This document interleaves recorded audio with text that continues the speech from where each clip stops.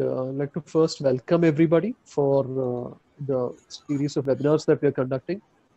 As a high-level overview, the Lyceum is an organization where we are trying to solve a skill gap problem in engineering schools. Okay, we're trying to help students learn the necessary skills to get jobs as soon as they finish their engineering degrees. Right? And even people who want to get into the software field who don't have engineering degrees, we're trying to bridge that gap. And we are primarily doing this through an app which we are building called GenSkill. This will be available shortly, and you people, I mean, all of you will get notified about it. It will contain these kind of webinars and other useful resources on a regular basis. So this is a series of webinars where we are helping people build, like teaching people how to build a simple web application using Python and make it available on the internet. Okay. My name is Naufal. I'm co-founder of the company, and Asif, I don't know if he's here right now, but he's the other person who is also the co-founder of the company. Each of these webinars is like 10 days continuously. Each day will be taken by a different person. And if you attend all of them, you will get knowledge on all aspects of this. Okay, so we will first learn some basic Python, then learn how to some basic Git and some tools like that. Then we will learn how to actually build a small web application using Python, and finally we will put this web application online. Okay, so that you can actually show your application to the rest of the people in your circles. Okay. So with that, I think we can get started right now. Yeah. So Rohit is an engineer who's working with us. He will be doing today's session. If any of you have any questions during the session, please use the Zoom feature, like raise my hand. If you raise your hand, you can ask a question. We'll unmute you and you can ask the question, or you can type the question directly in chat and we can take it from there. All right. So thank you all for attending, and please let us know if you have any feedback, if you find this useful, etc. Because we are interested in doing more of these things and would like to make it as useful as possible to you. Just one question before we start. Any non-Malayalis? If there are?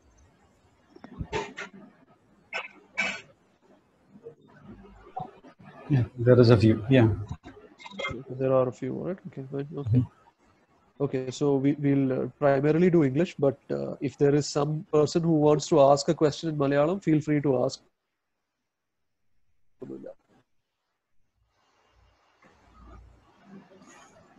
Okay, let's get started. Yes, the presentation is not on. So you guys can see me. Yeah, no, I'm actually having the video, so I'll have a small conversation first, and I thought I'll get into the presentation. Sure. Okay, go ahead. All right. So I'll introduce myself again. My name is Rohit Jacob Samuel. I did my engineering in electronics and communication from CUSAT, which is in Cochin. My native place is actually from Trivandrum itself. And can you guys hear me properly? Yeah, you're audible. I think, okay, okay. So yeah, so I'm actually from Trivandrum. I'm with,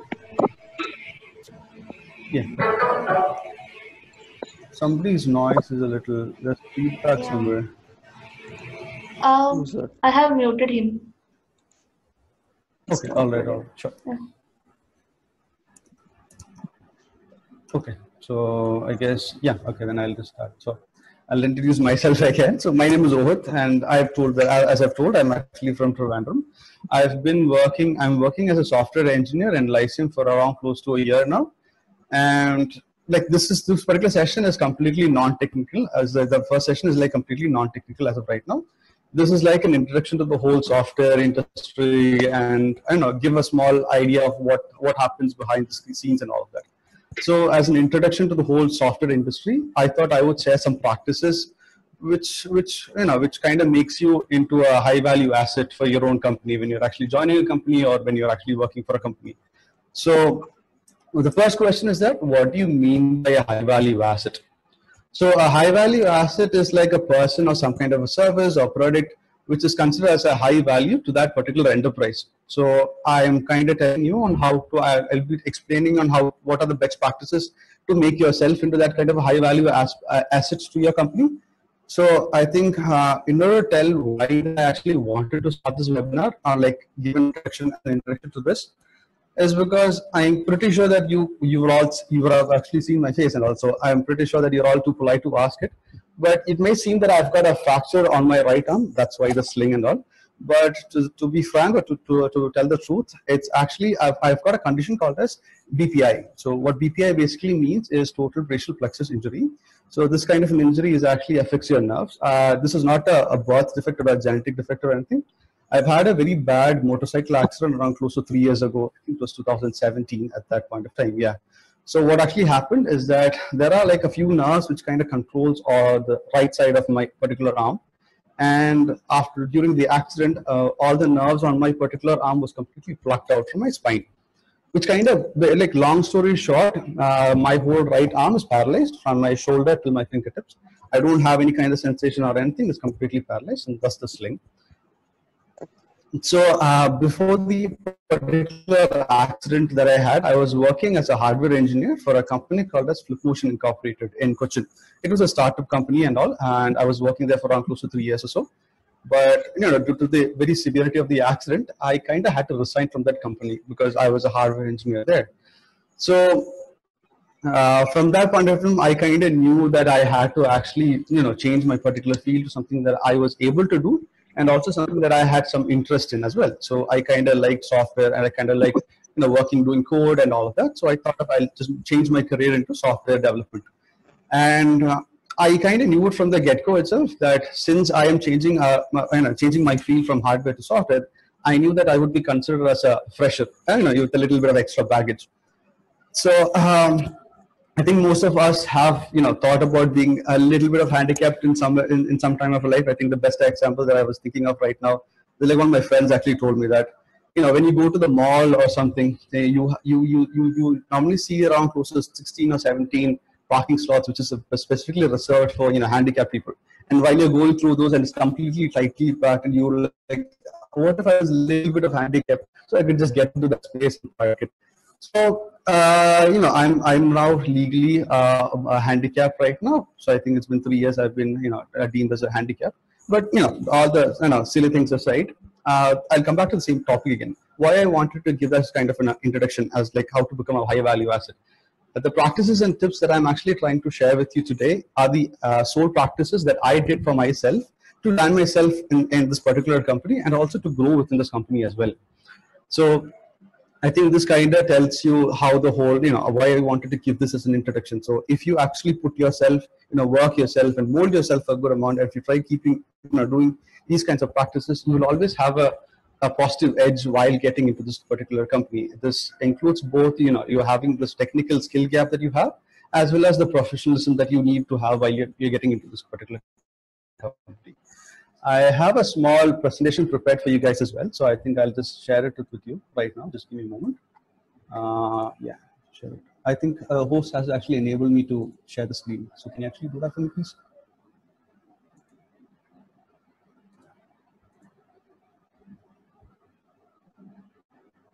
Hey, Manjushri, can you actually let me share? Yeah, it's done. Yeah, okay, all right. Got it. Thank you. So you guys can see particular screen now, right? Yes, Rohit, we can see. Yeah, sure. Okay. So I giving you a kind of example of why I wanted to do this particular webinar, or this particular series, and let's get right into the tips and tricks of it.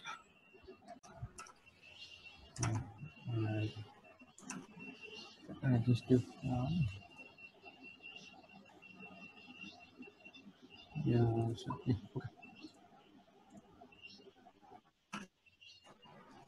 So yeah, first thing that actually, coming back to the whole topic, the first thing that I actually wanted to cover is communication. So having good communication skill helps you a lot, from having conversations with your managers as well as your clients. It can create a good rap sheet between them as well. So There's one more thing. So if you have a good communication, it also helps in conveying queries and other things flawlessly with your clients as well. Because when you're getting into this kind of a software development industry or the software industry, you have to have this kind of conversation with your client, not only your clients, but your colleagues, your seniors, your juniors, and most everybody. And one more thing that I actually want to say is that effective communication is not only implies on your oral communication, but also to your writing skills as well. So when you actually get into your particular company and all, you have this kind of conversations with your HR managers, with your marketing team, you have conversations with your developers, juniors, your seniors, as well as your managers as well. And most of these communications are done through mails or some other channel, something like Slack or something else. And some of the important stuff normally, and it also implies that you have to have good writing skills as well. So one of the main things that I've actually noticed in myself and many others, in the beginning of learning how to properly communicate with others, is that we kind of tend not to speak at all in front of others. And when you see other people talking in English or something, you kind of tend not to speak at all, or you don't try to dwell into that particular conversation. And that kind of a thing kind of doesn't, it doesn't allow you guys to actually, put forward and try to speak up or any of them. And the other thing I've seen that in myself during this beginning stages is that I start the whole conversation, or somewhere between the conversation I'll say, sorry about my bad English. I'm really sorry, but my English is really hard. I hope you guys understand. And if I start those kinds of conversations like that, the problem is that at sometimes the information of you not knowing proper English becomes a spotlight. And whatever you wanted to, whatever you want to read becomes lost in the whole thing. So I would always suggest you guys never to say that sorry about my bad English. So what is the best way to effectively communicate? The only option that you have is by a ton of practice. And there is no shortcut to this. So always feel free to make mistakes while having this while having conversations. It doesn't matter. It's fine as long as you keep with others. As long as you keep on trying to communicate, this kind of helps you a lot more. And always be open to criticism. When you're actually putting an effort to communicate with others, it kind of shows them as well that you are trying your level best to kind of communicate properly with them. And sometimes most of these people will kind of tell you like have these problems, and they would normally say that this is not how you're supposed to say things, so this is not how the vocabulary you're using is kind of wrong, and they'll kind of help you out as well. So always be open to criticism, and that kind of, the information that you get from all the others, you'll always be able to use it for yourself. And by a ton of practice, you will be able to improve yourself. And I think one other thing that I actually want to talk to you about, like when I was talking about writing skills, is that before I send a mail to my manager, anyone, I normally think about my ideas and thoughts. I normally try to structure them before communicating. And I sometimes even order my ideas and thoughts in which I want them to hear, so that they better understand me a lot more. So coming to the next point, I would say always structure your ideas and thoughts. Communicate and add question and clarity to your conversations. So it's like, let's say that I wanted to talk about some matter X. I'll normally say before not directly saying that I have this problem, or please help me on this. Or that I was doing this particular matter and this happened, and could you help me on this, or something on those lines. Always structure your ideas and thoughts before sending an amount. Guys, in your overall communication as well, it's fine if you go and tell that person, just give me like 2 minutes or something, so that I can actually start my thoughts, and I'll come back to you on that particular topic. It's perfectly fine. And when you're actually structuring ideas, the other person is able to understand you much better, and that's a lot more professional as well. I think this is what I wanted to talk about communication. I think I'll just start to I'll jump to the other topic as well. That is about honing your hard skills. So what is a hard skill? So hard skill is any kind of technical knowledge or training that you have gained through your life experience and all that.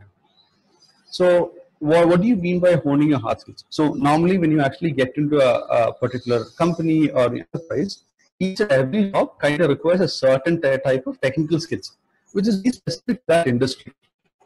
And hard skills may include a degree, it might include a certificate of some sort, or it might include some programming languages or some kind of web frameworks. It might improve your typing speed or whatever it is. Any kind of technical skill that you kind of need for that for doing that particular task is known as hard skills. So I'll just give you the explanation. So hard skills are defined as any technical knowledge or training that you have gained through any life experience. So the one thing I wanted to point out in hard skill is about typing speed. Typing might seem like it is not as an important skill that it once was, but to be frank, it's a very important skill. And one of the major drawbacks that I had to overcome myself was the ability to write code. And I had to completely utilize my left hand completely, and I had to have the same speed and efficiency as my other colleagues or my other competitors as well while I was trying to find a job. So I think after the accident, my typing was around close to 16 words per minute, which is very low at that point of time. But while having this kind of proper practice and tons of practice on trying to improve my writing speed, I was able to do touch typing a lot better. And I think for people who don't know what touch typing touch typing means, is that it's basically you typing on your keyboard without looking at the keys. You will be always looking at the screen and typing. This is called as touch typing. And I was able to increase my speed from 16 words per minute to around 52 words per minute, which is a pretty average stage to which I was happy about. I still try to improve my that 52 words per minute range to around close to 60. I'm still working on it, but having a above average writing speed kind of always helps you out. Typing speed always helps you out. So while I was trying this and while I was having this particular, while I was learning myself and while I was doing touch typing, I found out a few things which I thought I would like to share with you. One is that I started seeing that I was able to increase the time that I was able to save per day. It might be minimal because your normal office time from 9 till 5 or 9 till 6. But even in that time, I was able to save around close to half an hour per day. And it was very helpful for me, especially because I was able to concentrate myself a lot more in the particular task. Which brings me to the other point on touch typing as well. I was able to improve my focus. So whether it be writing a particular mail to somebody or whether it be writing code, I was completely able to focus my complete attention towards that particular task, and I didn't have to look at the keys on which I was typing and what typing. So these two things I was able to understand that I was able to get these two things out of while having a good typing speed, as well as increasing my whole my hard skills as well. One of the recommendations, the software that I used was GTypist and something called as Keyblaze. So I think I said, like I said before, I had proper practice, but this proper practice doesn't mean that I was trying this particular software every day for like 2 hours, grinding myself. No, not at all. I was kind of using this particular GTypist maybe once in 2 days or something, but I made it very consistent. Within every 2 days, I used to take around close to half an hour, and that was it. I'll take half an hour and I try to increase my typing speed.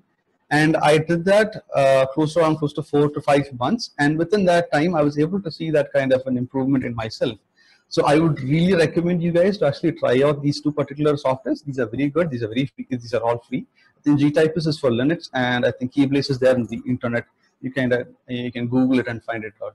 But I really suggest you guys to actually improve your typing skills as well. So the other thing that I actually want to talk to you about is asking the right questions. Or you can kind of rephrase this and say that how to ask this right or smart questions. So as a developer, there is always some roadblocks that kind of need help from a senior developer or some kind of an online form or something. So what do you do, or how do you ask these kind of questions? So the first thing that you have to know is that before you ask a question, you have to do your homework. So what do you mean by these homeworks? So I'll give you a few examples of doing your homework. So once you can actually try to find the answer by searching the web.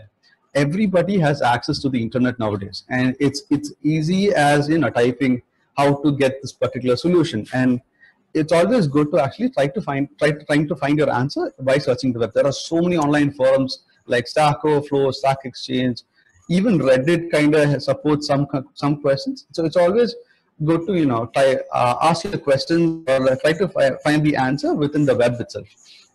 Let's say that you are not able to find that particular solution or the solution to that problem. You can always try reading the documentation. So when you're developing, you will be normally working with kind of third-party libraries and all that. And these kind of libraries have documents which are properly documented by the person who's written that particular thing. So it's always good to kind of read through the whole documentation, try to understand what you did wrong or what needs to be done to kind of find the solution. If you can't do that, the other thing that you can actually try to do is try to find the answer by inspection and experimentation. You can always put in or bombard it with some kind of values, just brute forcing yourself in such a way that you will try to get the answer out. You can always do that as well. If that doesn't go well, and if you're kind of a little experienced in this particular field, you can always kind of look through the whole source code of it as well. And when you're looking through the whole source code of a particular program or particular library, it kind of gives you a better idea on how the whole thing works, and you might be able to find your answer there. And if nothing, like if you're not able to find your answer from all these matches, then only go ahead and ask your question to your seniors or your managers or even your online forums. So let's consider an example. What do you mean by a right question, or what do you mean by a smart question? I'll just give a small, a small differentiation between the both, like between a stupid question and a smart question. So the stupid question here, if you can actually see, it's written as, I can't get the code from project foo to compile. Why is it broken? So there's a few things wrong in this particular question. The first thing is that the person who's asking this question kind of assumes that somebody else messed the whole thing up for him, like some other person who's writing the code or something. The second thing that you can notice here is that what is this project foo and why is it not compiling? He's not giving any kind of context to your question. How am I supposed to know it from a different perspective what he meant by this, right? So this is not at all professional in any way. So when you're asking a question, you have to be very specific. I'll give you an example of the smart, to better rephrase this particular question as a smart question. Here, I'll just read it for you. The code from Project foo doesn't compile under Ulix version 6.2. I've read the FAQ, but doesn't have anything about it. The Ulix about Ulix related problems. Here is a transcript of my compilation attempt, including my error logs. This is something that I did. Here, you can actually see it, see the difference here itself. So the first thing, like I said, this person is not complaining about somebody else messed up his code or anything. And it also shows that he's actually telling you what kind of environment that he's used, that is Ulix version 6.2. He also says the things that he's actually done on that particular thing, the things that he actually tried to solve, he tried to solve this particular question, like this issue that he has. That is that he said that he's read the FAQ and everything. The other thing is that he's also given context to it as well, that he's tried out these many attempts, and he's also showing us or giving us his error logs as well. So when another person is reading this particular question, he's able to have a better grasp on it, and he kind of knows what all the other person has tried, and from that you're able to kind of answer him or give him a better solution out of all of it. And this is a lot more professional way to ask your questions. And I've, to be frank, I've seen that in many times when I was working with, when I was working with my other company. I used to see there, like the one person would come up to me and just say that this thing is not working. I have no idea why it is not working. And he ends his topic there. You have no idea what happened or what has he done to make the thing or any of those. You have to always give the context of your question and also give the things that you have actually tried to do on it, which also gives better clarity for the person who's trying to help you. You also have to know that it's for the person who's asking the question, and I am not inclined in any way to kind of answer it, right? So you should always give me the a better context for me to kind of help out if a question is asked like that. So always keep in mind between a smart question and a stupid question. And I think there's a good read on this, an article called as How to Ask Questions a Smart Way. It's written by Eric Steven Raymond. It's available on the internet. It's like maybe like a 2-hour read or something, but it's very good. It kind of tells you on how to ask questions in the forums like Stack Overflow, any of those, and how to ask it properly, and what are the cultures that you have to normally follow while asking questions to your senior managers as well as in online forums as well.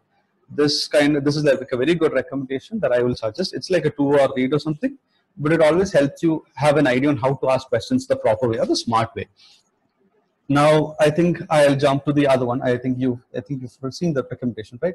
It's always good. I'll try to share all of this as well after the session as well, if it's possible by me.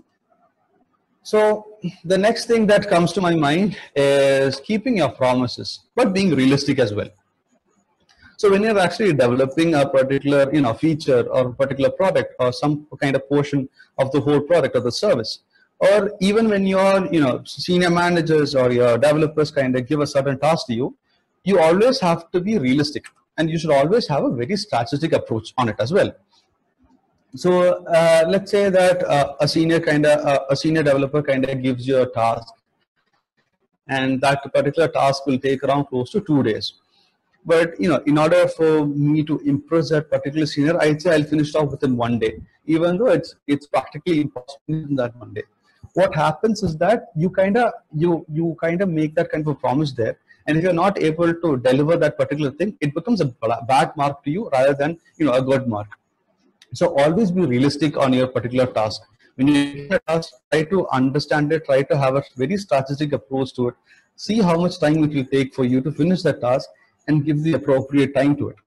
So when you actually start doing that, and when you start having that kind of a strategic approach to all of this, this will kind of help you, by time it will help you to, prove your credibility as an individual in working in the company, as well as when you're working as a team, because the people who are working with you will have faith in you to give a particular task. And when you say that you will be able to do it within, let's say, 2 days, they know and they can actually trust you that you will finish off within the 2 days. And that having that kind of a good credibility in your company is always a valid thing that you to have as well. So when I'm saying that you should have a very strategic approach, it doesn't mean that you should not try new stuff at all. You should always take calculated risks, which has the potential to reward you in the proportion to the extent of the risk. Which means that if you're able, let's say that you're doing a particular task and you kind of calculate that you can try doing this, and this has got a very high reward and low risk to it, go for it. Always try out new things, and always try to have very calculated risks to it. And you should also keep in mind, it should always have very limited negative implications if it does not work out. So if you have a risk factor, always try to weigh your risk, see if it's very high reward kind of a thing, and also see if it's a which has very negative implications. And always have a backup plan to it as well. So these are the things that I actually wanted to talk to you about, keeping your promises. It's always try out new things, but always always have that kind of a strategic approach to yourself. The other thing that I actually want to talk to you about is a very important thing, which is work-life balance. So here I actually want to introduce a law which is called. So Parkinson's law states that work expands to fill the time available for its completion. This basically means that if you give yourself a week to complete a 2-hour task, then psychologically speaking, the task will increase in complexity and it will fill up that particular week. Now, it may not even fill it with extra time, with more work or anything. It's just a stress and tension of having to get it done and all of that. So I'll try to simplify this in a way that it's easily digestible. I'll try to make it into simple terms. Okay. So let's say that we have a task of writing a letter to your colleague. Okay. And this particular task you've taken up, and you're thinking and you're saying to yourself that, okay, I'll take around close to 1 week to finish this particular task.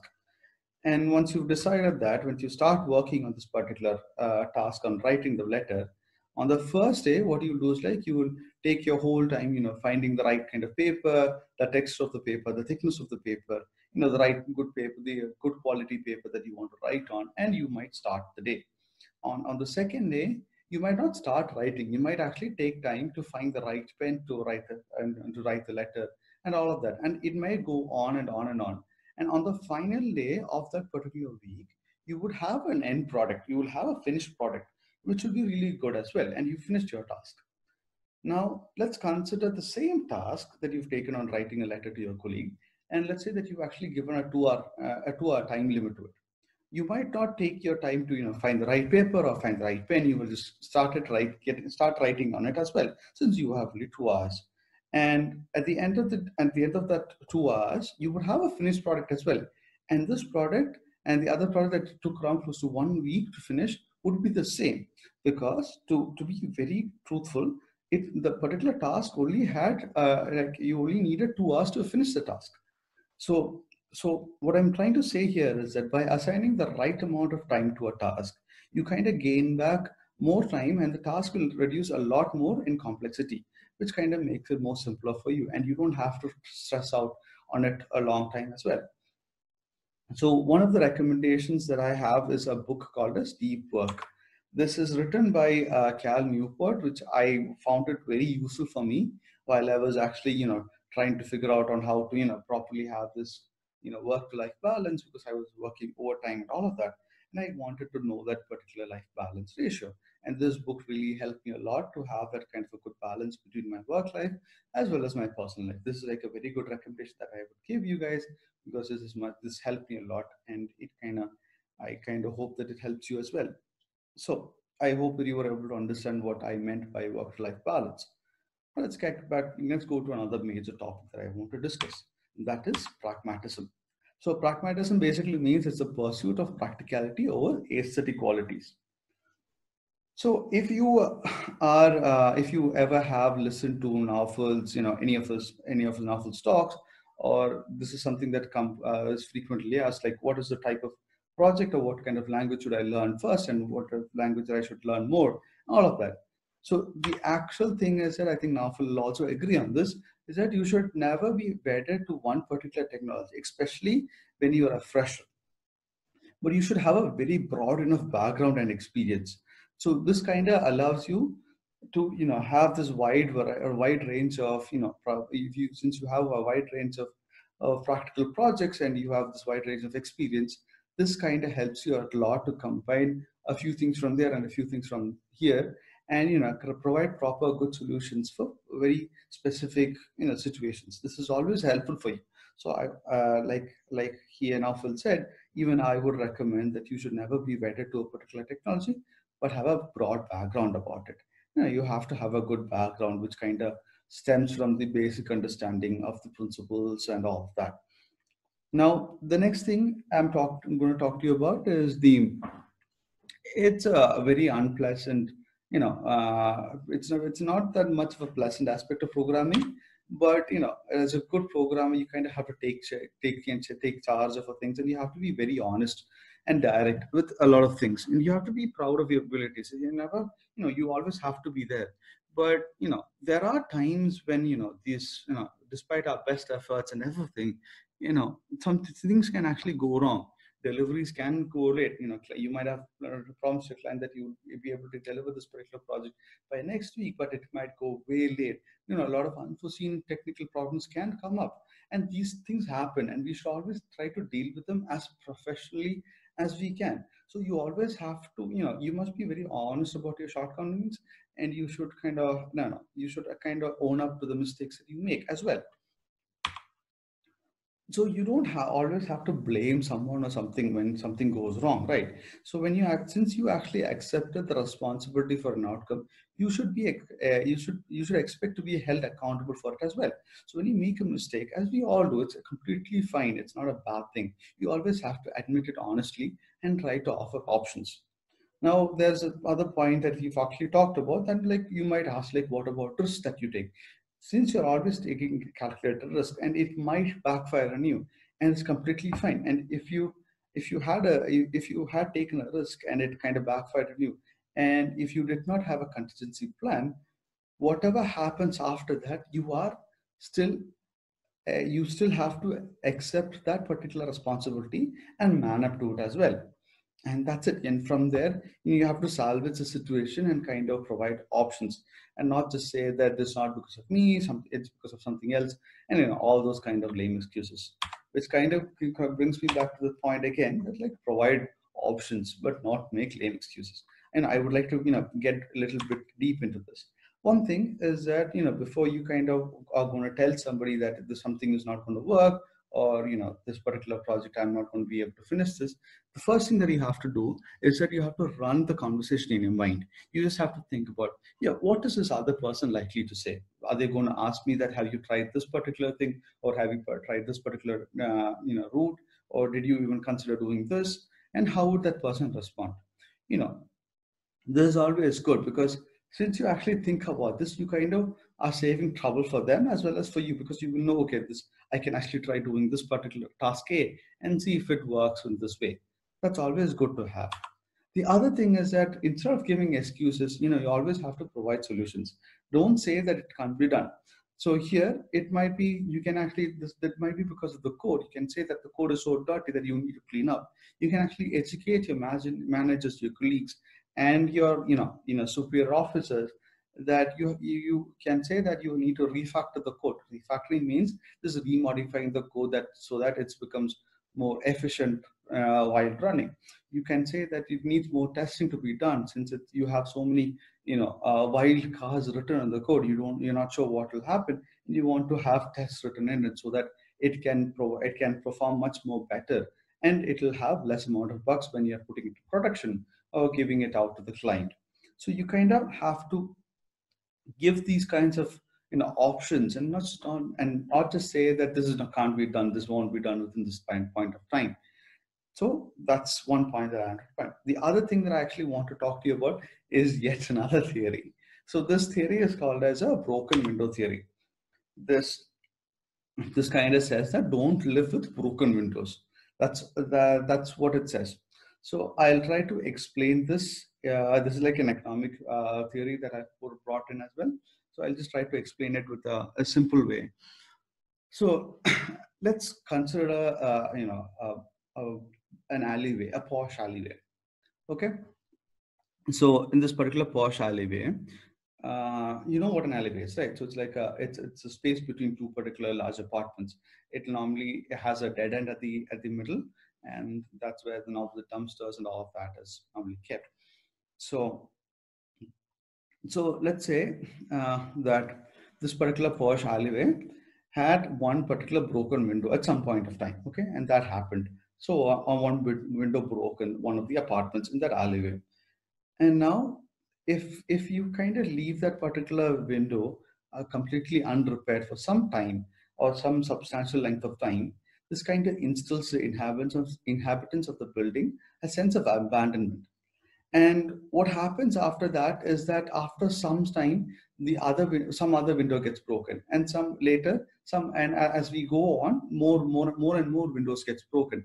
People start, littering here and there. Graffiti starts to appear here and there on the walls. Serious structural damage starts to happen, and in a very relative short period of time, the building becomes so damaged that the owner won't even decide to fix it, and the whole sense of abandonment that the people had becomes a reality. So what I mean by broken windows here in our particular case is about bad designs, wrong decisions, or even poor code. You can't just leave it unrepaired. So the best thing, so what happens, like if you keep it unrepaired, more and more code becomes damaged, more and more poor decisions happen, all of that starts to happen. And at the end of the day, the product becomes undeliverable. So what you need to do, or the best solution for this particular thing, is that you need to fix each and every one of these broken windows as soon as it is discovered. If there is insufficient time to fix any of this properly, then just board it up completely. Perhaps you can commit out the whole bad code, or you can kind of say that this particular code has not been implemented, or take some kind of an action to prevent further damage and show that you are on top of this particular situation. This always helps you, because the other thing that happens is that when you actually keep all the code very neat and clean, and when a new person comes into your project, when they see this particular very organized, well organized code, they are very less likely to make the code dirty, which kind of goes on. And this person also learns about the broken window theory, and he also keeps it everything neat and clean and organized, and your code will be well and good, right? So that's always a good thing that you need to kind of follow, so that you're kind of always on top of your situation. The other thing that I actually want to talk to you about is, this is as important as all the other ones itself, and that is like keep investing in yourself. Now, it is very important to continue investing in yourself, because it doesn't matter whether you use any of the technologies that you actually learn extra, right? It doesn't matter. It's completely fine. Or even it doesn't even matter if you actually put them into your resume. The whole process of learning will always expand your thinking, and it kind of opens you to new possibilities and new ways of doing things. You may come back to a code that you've written maybe 6 or 7 months before, And you might look at it, you might be saying, okay, I could have done this better by using this and this technology. And this kind of helps you, grow within the particular company, and you grow within yourself, and you are always learning, and always you need to keep investing on it, so that you always have the possibilities and opportunities to grow. The idea of cross pollination of ideas is always important. So, what the last and very not the least principle that I actually want to tell you about is that you need to keep pushing forward. And I really hope that I was able to, instill some kind of principles that I have picked up through the particular, course of my life. And I hope this was very informal to you as well. So thank you everyone for, carefully listening to the whole thing. I am really happy that I was able to share my story, as well as, the tips that I've used and the principles that I've used to get this far. I hope you enjoy. Thank you.